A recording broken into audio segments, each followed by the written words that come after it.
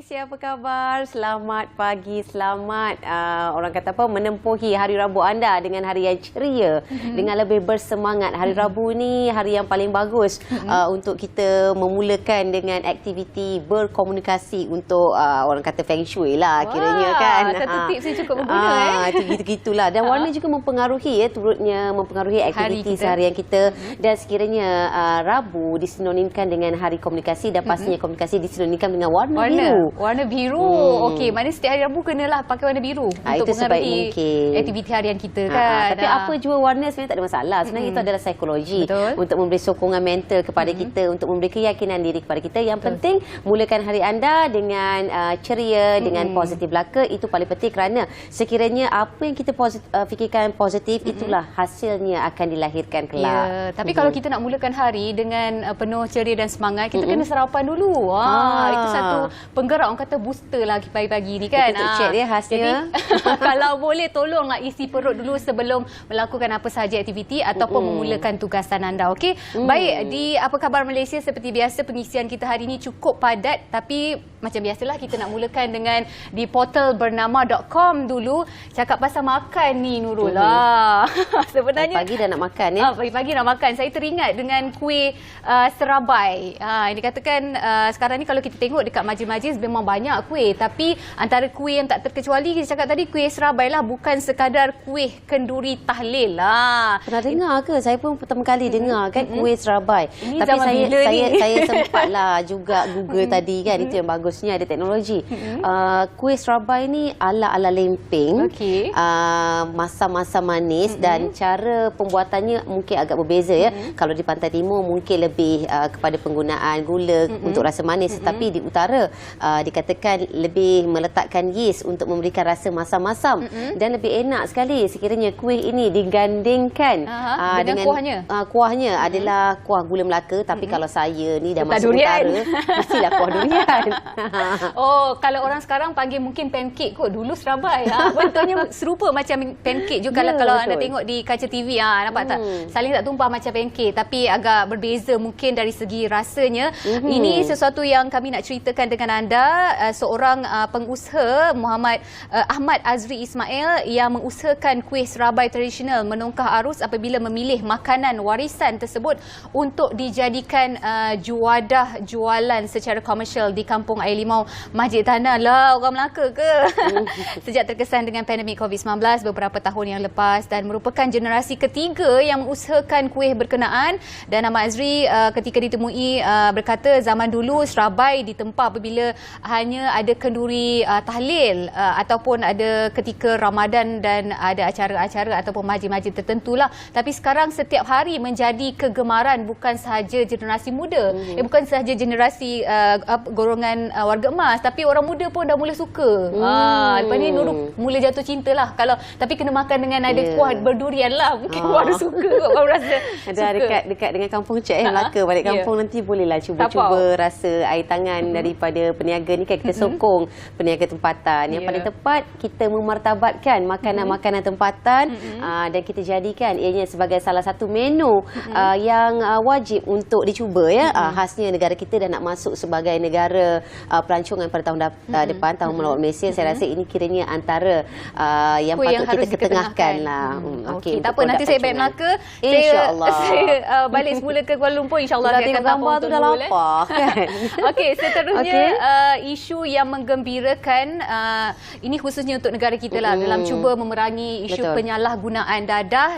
Tahniah kepada Sarawak, pendekatan Sarawak perangi dadah raih anugerah diiktiraf di peringkat antarabangsa, di mana usaha tersebut dalam memerangi penyalahgunaan dadah telah mendapat pengiktirafan oleh International Society of Substance Use Professional ISSUP Global. Anugerah itu disampaikan oleh Ketua Pegawai Eksekutif ISSUP Global, Joanna Travis Robert, kepada Menteri Pembangunan Wanita, Kanak-kanak dan juga Kesejahteraan Komunikasi Sarawak, Dato' Sri Fatimah Abdullah, yang mewakili Kerajaan Negeri semasa pembukaan Simposium Pemulihan Antarabangsa IRS 2023 dan ia bagi mengiktiraf pendekatan bersepadu, komprehensif, seimbang dan terselaras juga berasaskan bukti terhadap aktiviti pengurangan permintaan dadah yang dirintis oleh Kerajaan Negeri Sarawak. Premier Sarawak Tan Sri Abang Johari Tonopeng dalam ucapannya memberitahu, beliau berkata usaha memerangi penyalahgunaan dadah di bumi Kenyalang telah dipergiat pada sejak 2019 lagi dengan penubuhan jawatankuasa sehenti OSC bagi menangani isu dadah dan barang terlarang sebelum Kerajaan Negeri mewartakannya sebagai isu keselamatan pada Julai 2020. Betul, dan cara yang paling berkesan dalam mengatasi isu dadah melibatkan pendekatan komprehensif yang seimbang dan terselaras dalam menangani kawalan bekalan dan juga pengurangannya. Tahniah kita ucapkan kepada Negeri Sarawak, dan isu dadah ini bukanlah satu isu yang perlu merupakan satu isu kecil, merupakan isu yang perlu diambil kira, merupakan isu negara, kerana kita sedia maklum dadah ini merupakan musuh negara dan dadah ini merupakan ancaman kepada pembangunan ekonomi khasnya. Dan kita akan kongsikan juga dari semasa ke semasa topik-topik yang menarik pastinya dalam Apa Khabar Malaysia. Dan untuk anda di luar sana, untuk mendapatkan lagi bahan berita, pastinya anda teruskan ke layar portal Bernama di bernama.com. Dan untuk aduan dan juga segala pertanyaan, dan anda boleh pergi ke eaduan.kpdnhep.gov.my untuk tinjau untuk melakukan aduan manalah tahu harga barangan tak munasabah. Kita tahu cek kebelakangan ni harga barangan naik agak mendadak, dan kita tidak dapat elakkan daripada apa yang berlaku faktor persekitaran, tetapi sebagai rakyat Malaysia yang bertanggungjawab, kita mempunyai hak dan juga peranan kita bagi membantras penyalahgunaan ini berterusan. Dan seperti biasa, kalau kita dah kongsi info-info, kita nak tahu lagi mengenai info cuaca. Penting tu. Betul, untuk kita merancang apa sahaja yang mungkin anda sedang rencanakan. Cuaca memang sangat main peranan. Hari ini bagaimana keadaan cuaca kita? Jom kita saksikan.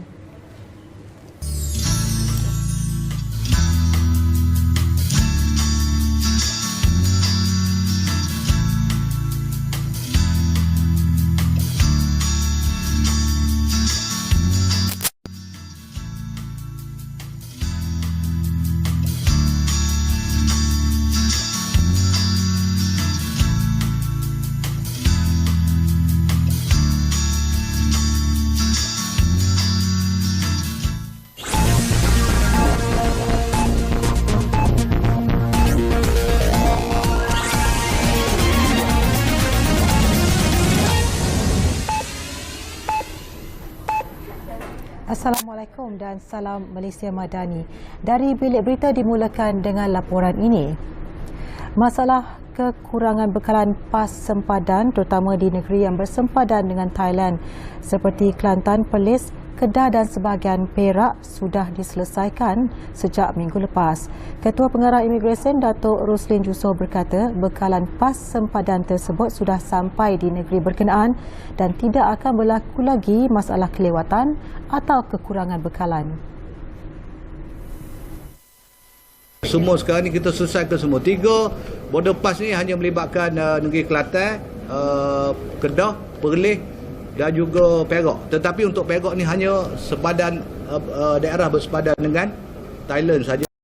Ketika ditanya sama ada Jabatan Imigresen hanya membenarkan PAS sempadan dibuat di satu lokasi bagi setiap negeri, Datuk Roslin berkata perkara itu masih dalam kajian dan pertimbangan. Kita tengah kaji untuk jadikan sebagaimana kita buat di tempat lain, tetapi kita akan dapatkan data dulu untuk kita mengubah dari segi operasi. Jelasnya data berkenaan bertujuan mengenal pasti sama ada individu yang sama memohon PAS sempadan itu dan berapa kali individu tersebut memohon PAS berkenaan dalam setahun. Kementerian Kesihatan mengambil serius terhadap dakwaan kes merampas bayi di sebuah hospital kerajaan di Sabah selain akan melakukan penelitian lanjut berhubung perkara tersebut. Dr. Zaliha Mustafa berkata insiden itu tidak sepatutnya berlaku di mana-mana fasiliti kesihatan awam maupun swasta.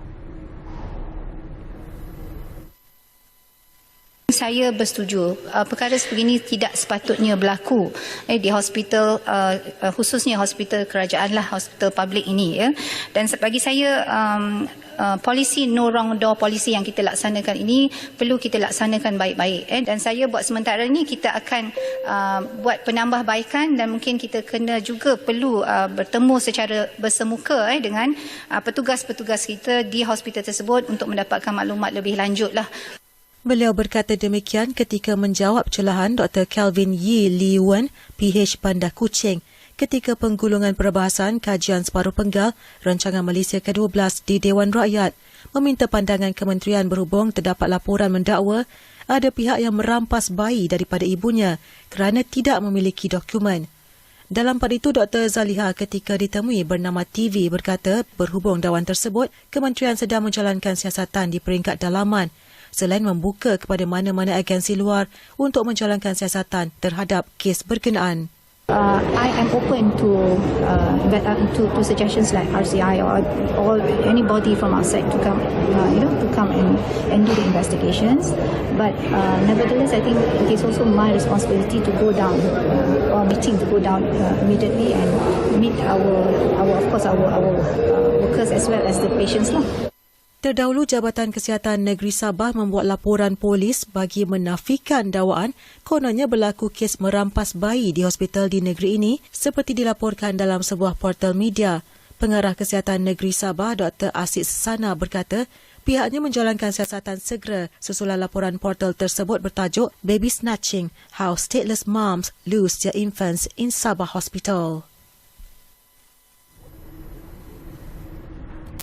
Pengesan milik Jabatan Bomba dan Penyelamat Malaysia JBPM bernama Blake yang mencuri tumpuan umum dalam misi mencari dan menyelamat mangsa tanah runtuh di Batang Kali Disember lepas terpaksa ditidurkan setelah dikesan menghidap barah limfoma. Kementerian Pembangunan Kerajaan Tempatan dalam satu kenyataan memaklumkan Blake ditidurkan pada 4:38 petang Isnin. Keputusan untuk menidurkan Blake merupakan hasil perbincangan bersama pakar veterinar Dr. Nur Al-Limah Rahman dan JBPM setelah mendapati tahap kesihatannya merosot secara mendadak dan sukar dipulihkan. Anjing pengesan daripada disiplin kadaver itu telah didiagnosis menghidapi barah limfoma tahap 4 pada 15 Ogos lepas. Blake dimasukkan sekali lagi ke wad anjing kesayangan di Fakulti Veterinar Universiti Putra Malaysia pada 14 September apabila didapati hilang selera makan dan kelesuan. Sepanjang berada di wad, anjing itu gagal memberi respons kepada ubat dan rawatan yang telah diberikan oleh pihak veterinar. Malah, barah limfoma yang dikesan pada anjing itu juga semakin agresif sehingga merebak ke seluruh badan dan semakin membesar. Blake merupakan perolehan JBPM pada 2017.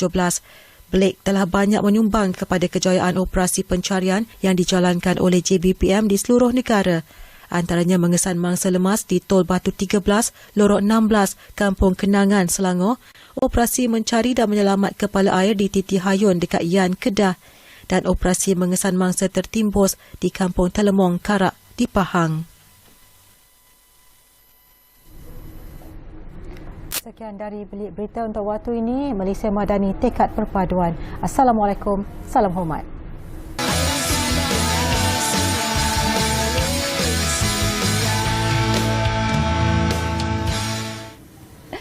Ya, bersua kembali di Apa Khabar Malaysia. Tahukah anda setiap 28 September setiap tahun adalah sambutan Hari Rabies Sedunia. Jadi dia tujuannya adalah diadakan sambutan tersebut untuk memberi kesedaran kepada orang ramai, khususnya kita nak meningkatkan kesedaran terhadap bahayanya penyakit anjing gila. Baik, untuk mengetahui dengan lebih lanjut bagaimana untuk kita mengambil langkah jika kita mungkin terkena virus ataupun terkena gigitan anjing gila ini dan apa sebenarnya rabies itu mungkin kita akan dapatkan. Dan yang paling penting sejauh manakah bahayanya penyakit ini, dan untuk mendapatkan penjelasan lanjut kita bawakan tetamu di studio hari ini adalah Dr. Suratan Kamarudin, merupakan Timbalan Ketua Pengarah Pembangunan Jabatan Perkhidmatan Veterinar. Selamat datang Doktor, apa khabar? Baik, alhamdulillah. Okey, dan saya lepas kita nak fokuskan mengenai sambutan Hari Rabies Dunia 2023 yang bakal berlangsung tak lama lagi. Pastinya Doktor, kita nak memberikan kesedaran kepada mereka di luar sana mengenai bahaya bahayanya penyakit rabies ini ya. Dan mungkin doktor boleh jelaskan sebenarnya apakah penyakit rabies ini dan bagaimanakah ianya boleh tersebar? Terima kasih. Penyakit rabies ini sebenarnya disebabkan oleh sejenis virus ya, yang kita namakan dia sebagai Lassa virus. Dan selalunya virus ini disebarkan melalui gigitan oleh haiwan yang terjangkit dengan penyakit ini. Jadi selalunya melalui gigitan itu virus itu terjangkit kepada haiwan yang lain dan ataupun melalui luka-luka yang terbuka ya. Apabila kita tersentuh dengan bahan ataupun peralatan yang telah tercemar dengan cecair badan haiwan yang terjangkit tadi. Contohnya kalau kata ada seekor anjing yang telah terjangkit dengan penyakit rabies ini, dia selalunya bersifat agresif dan suka menggigit-gigit barang-barang dan sebagainya macam selipar lah, kain dan sebagainya peralatan tu. Jadi kalau kadang-kadang kita ada luka yang terbuka di badan kita sama ada di kaki atau tangan yang tersentuh dengan bahan-bahan yang telah ada air liur dan sebagainya tu, kita pun boleh terjangkit sekali. Ya. Dan yang paling bahayanya penyakit rabies ini adalah kerana dia penyakit yang zoonotik.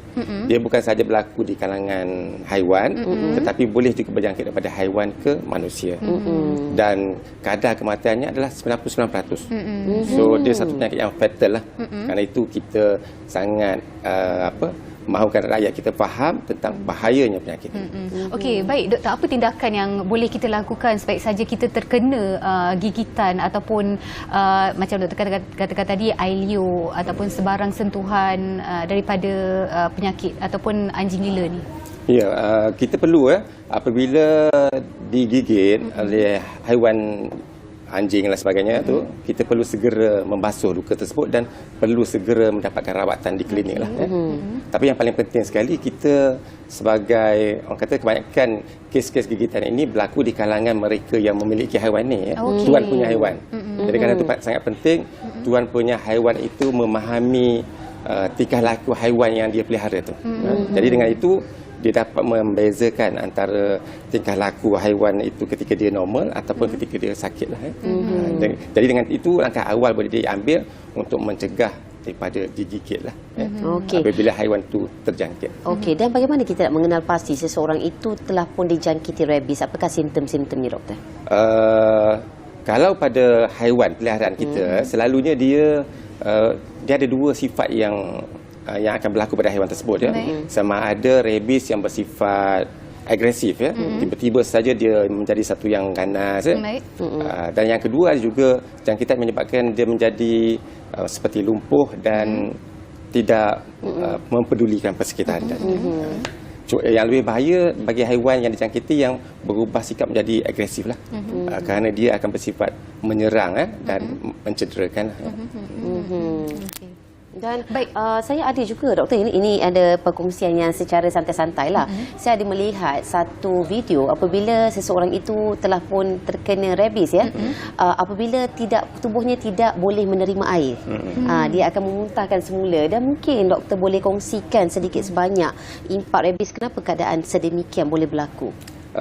Selalu jangkitan rabies ini menyebabkan kekejangan otot sebenarnya, kekejangan otot.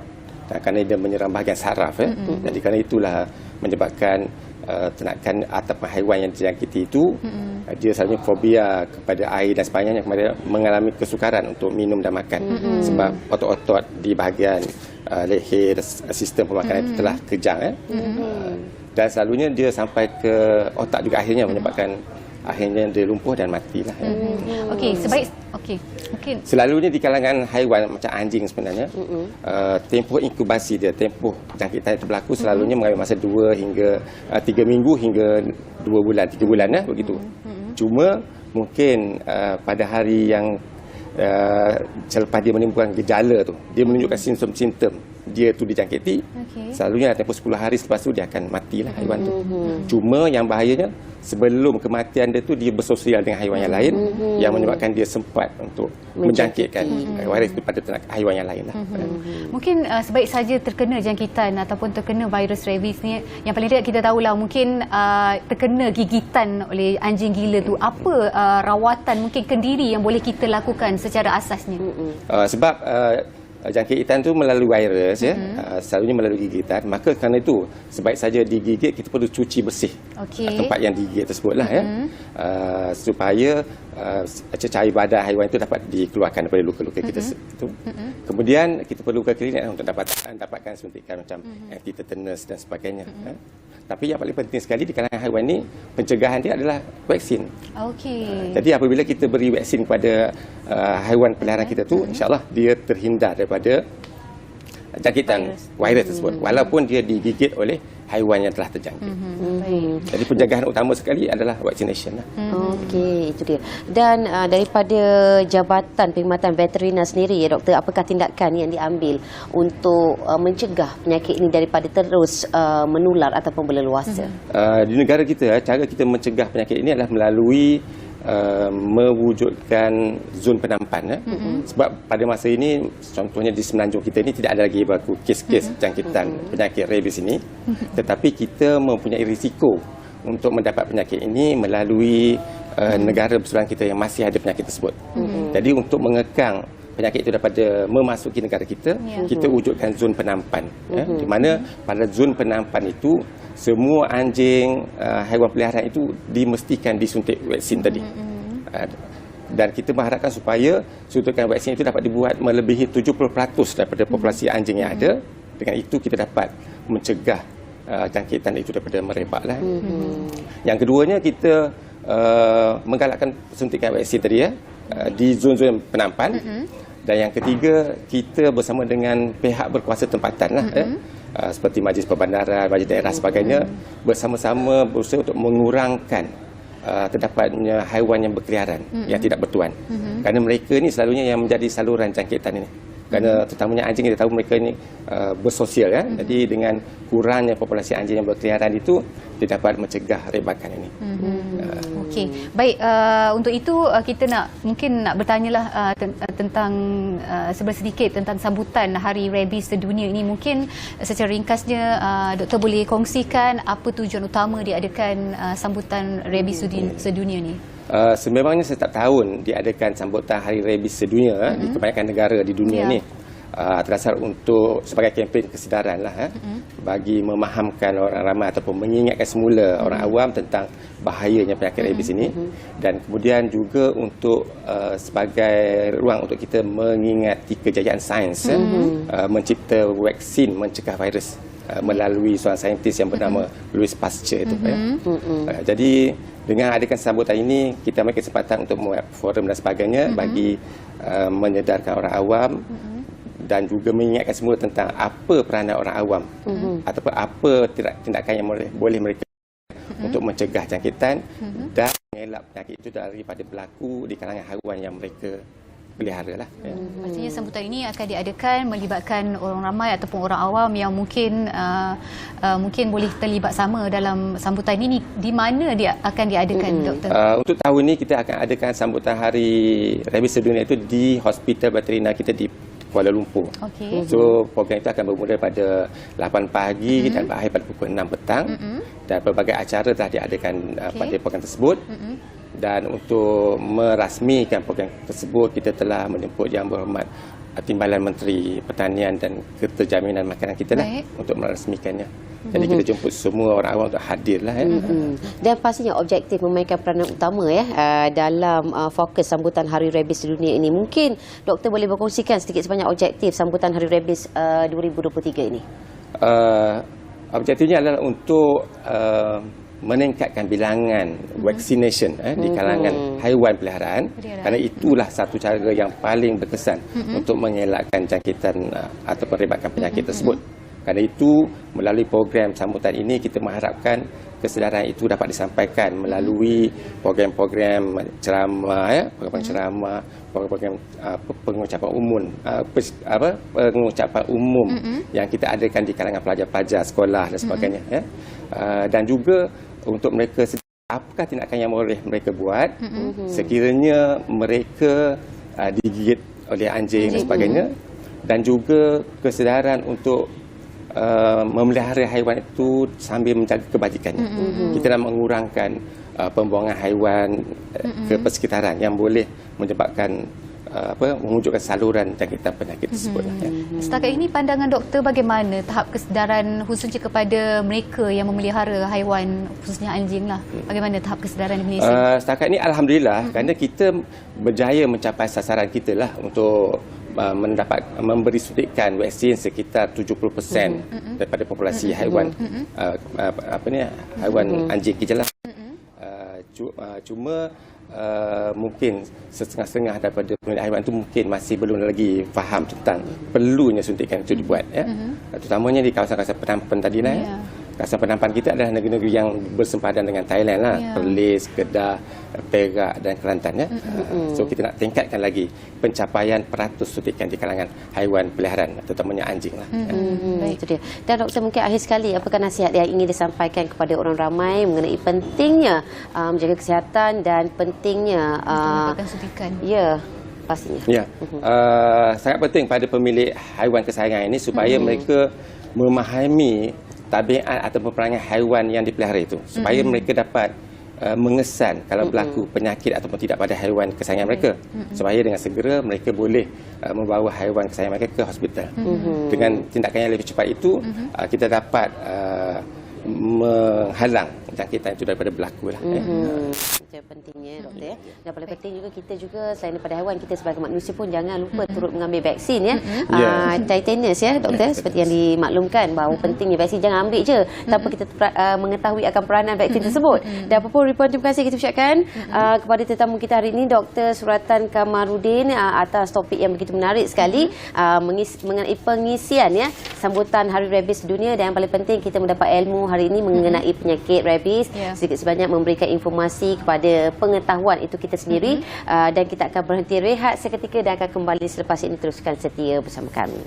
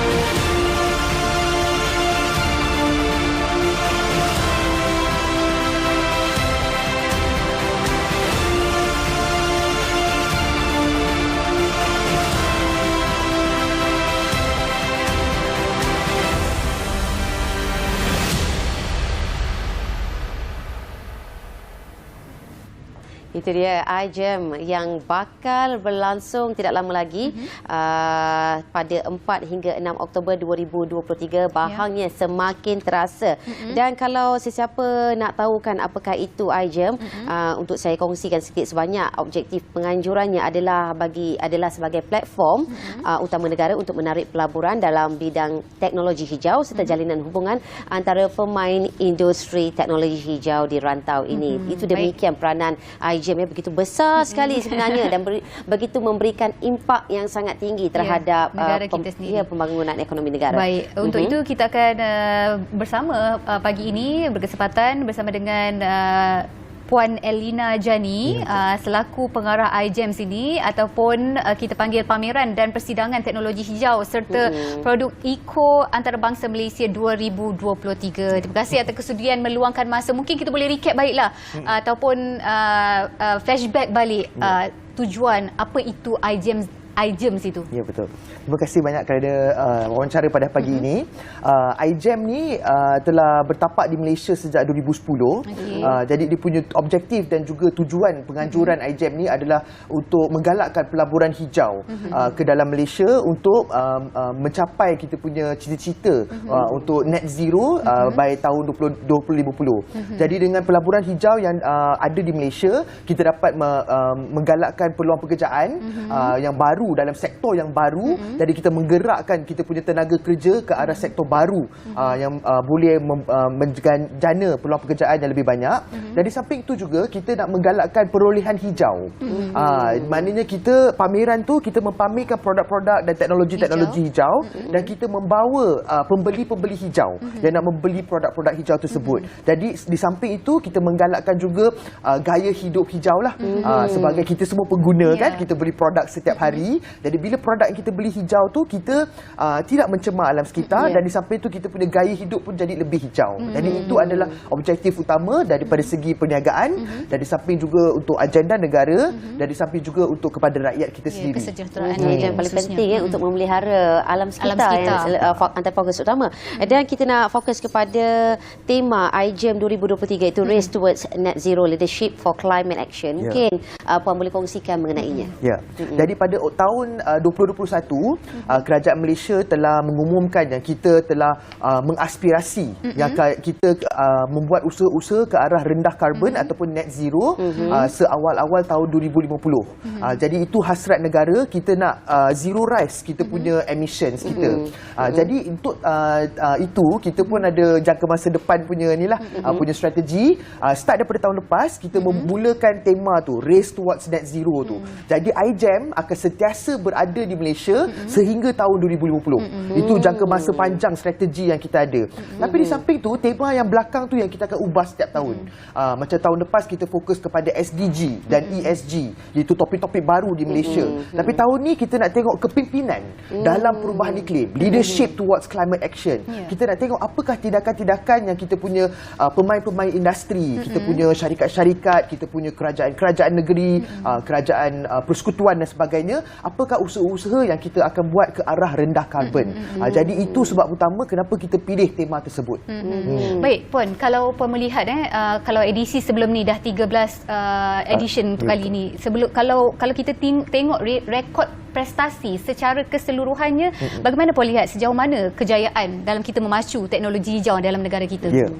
Jadi untuk daripada segi track record lah ataupun pencapaian, sejak 13 tahun yang lepas kita telah berjaya menggalakkan peluang perniagaan baru sebanyak lebih daripada 41 bilion ringgit dalam masa 13 tahun edisi yang kita dah buat tu. Di samping tu kita telah menggalakkan pengunjung daripada 112 negara untuk datang ke Kuala Lumpur untuk setiap tahun pada bulan Oktober, kerana bulan Oktober adalah bulan alam sekitar Malaysia. Itu sebab kita buat bulan 10 tu.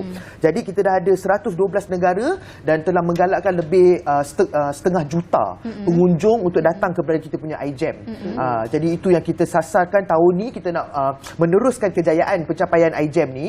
Target kita pada tahun ni ataupun sasaran kita tahun ni adalah menjana lebih daripada 4 bilion peluang perniagaan baru dalam teknologi hijau. Kita juga ingin menggalakkan pengunjung lebih daripada 40,000 orang daripada lebih daripada 40 negara, dan kita akan sekarang ni daripada hari Isnin yang baru ni kita dah ada 400 pempamer yang akan ada. So kita dah reach first target, dah reach dah. Jadi masih kita lagi memang menggalakkan pempamer baru untuk masuk, bagaimana? dah tak ada tempat dah. Sambutan memang cukup menggalakkan. Sekarang ni tujuannya adalah untuk menggalakkan orang ramai untuk datang kepada pengunjung terhadap iGEM 2023 ya. Dan seperti yang tadi Puan sedia maklum ya, Puan telah memaklumkan telah berlangsung 13 edisi sebelum ini, dan pastinya setiap edisi mempunyai pengisian yang berbeza. Dan begitu juga untuk kali ini. Dan apakah ingin difokuskan dan juga yang ingin dikongsikan kepada iGEM 2023 untuk tahun ini? Okey, so kiranya apa yang baru di iGEM tahun ni, alhamdulillah kita telah berjaya menjana interest ataupun minat daripada Singapura. Singapura telah salah satu anak syarikat daripada Temasek daripada Singapura telah bersetuju untuk untuk melabur dalam the first ever conference persidangan yang kita akan menganjurkan bersama dengan mereka. Jadi persidangan itu bernama Accelerate to Zero ASEAN. Jadi persidangan itu adalah julung-julung kalinya yang akan diadakan di iGEM tahun ini, dan itu akan jadi kita punya satu rantau Asia Pasifik punya event. Jadi Singapura punya visi kita mahu, dan Malaysia juga visi kita mahu menggalakkan semua pengunjung dunia berkumpul di Kuala Lumpur setiap bulan 10. Jadi itu sebabnya mereka melabur dalam Accelerate to Zero ASEAN ini, iaitu persidangan yang julung-julung kali yang kita akan anjurkan. Tema untuk persidangan tersebut adalah akan fokus kepada Just Energy Transition. Bagaimana kita nak tengok usaha untuk peralihan tenaga dalam Malaysia. Di samping itu, kita ada juga kerjasama bersama dengan Akademi Sains Malaysia. Akademi Sains Malaysia iaitu agensi di bawah MOSTI, Kementerian Sains, Teknologi dan Inovasi. Mereka telah berjaya menang country bidding untuk menganjurkan Global Knowledge Dialogue Forum di iGEM. Walaupun mereka adalah agensi di bawah Kementerian Sains, kita bekerjasama sebab kita agnostik. Kita nak semua membuat tindakan ke arah perubahan iklim. Jadi mereka akan menganjurkan dia punya forum itu di iGEM, dan kemungkinan ada 1,000 saintis yang akan datang daripada seluruh dunia untuk forum tersebut di iGEM. Di samping itu, kita ada juga the first ever, julung-julung kalinya kita akan buat satu forum untuk kecekapan tenaga. Menteri kami iaitu YB Nik Nazmi sentiasa menekankan kepentingan kecekapan tenaga, sama ada di parlimen ataupun di dalam semua sesi temu bual dia. Jadi kita akan ada satu forum untuk fokus kepada kecekapan tenaga yang akan dianjurkan oleh 3 syarikat multinasional di Malaysia, iaitu ABB, Atlas Copco dan juga Daikin yang manufacture aircon. Jadi di samping itu kita ada juga banyak lagi, kita ada dalam 10 lagi persidangan lain yang akan berlaku. Topik-topiknya contohnya bursa, kita akan ada on voluntary carbon market. So kita akan tengok about carbon exchange, carbon trading and carbon pricing. Dan di samping itu kita ada juga kemungkinan kita mengharapkan kehadiran YB Anthony Lok untuk datang juga ke iGEM, kerana kita akan membuat satu forum on green logistics. Macam mana kita punya logistik, lori-lori, truk-truk yang hantar kita punya package Shopee lah, Lazada, semua tu, truk tu sendiri EV. Jadi kita akan buat satu forum on green logistics. Dan di samping itu ada juga forum-forum lain daripada Kanada, daripada Jabatan Alam Sekitar, daripada kami punya sektor air, dan juga kita ada daripada Kementerian Sains sendiri yang akan membuat forum, dan di samping itu kita ada juga bahagian-bahagian lain lah. Okey, kita nak tahu juga sikit antara mungkin komponen baru yang ditawarkan kepada khususnya untuk yang bisnes dan juga pemain industri. Khususnya tempatan punya sektor hijau. Apakah iGEM 2023 ini menawarkan peluang perniagaan terhadap pemain industri pastinya? Ya, betul. Jadi iGEM ni tiap-tiap tahun, even walaupun masa pandemik, kita sentiasa mendapat sokongan daripada pemain industri tempatan di Malaysia. Mereka memang nampak iGEM ni sebagai satu platform untuk mereka menjana peluang perniagaan. Jadi mereka nampak mereka mempamir di iGEM, perolehan officer ataupun procurement manager datang beli produk mereka dan sebagainya lah. Jadi iGEM ni memang platform untuk padanan perniagaan. Kita memadankan pengeluar-pengeluar dan juga service provider yang hijau kepada semua manager-manager perolehan ni, untuk menggalakkan perolehan hijau, sama ada daripada kementerian-kementerian, daripada kerajaan negeri, daripada majlis perbandaran ataupun daripada public listed companies. Jadi itu yang menggalakkan padanan perniagaan, yang kita dapat peluang perniagaan untuk syarikat tempatan. Di samping tu, kesedaran sangat penting.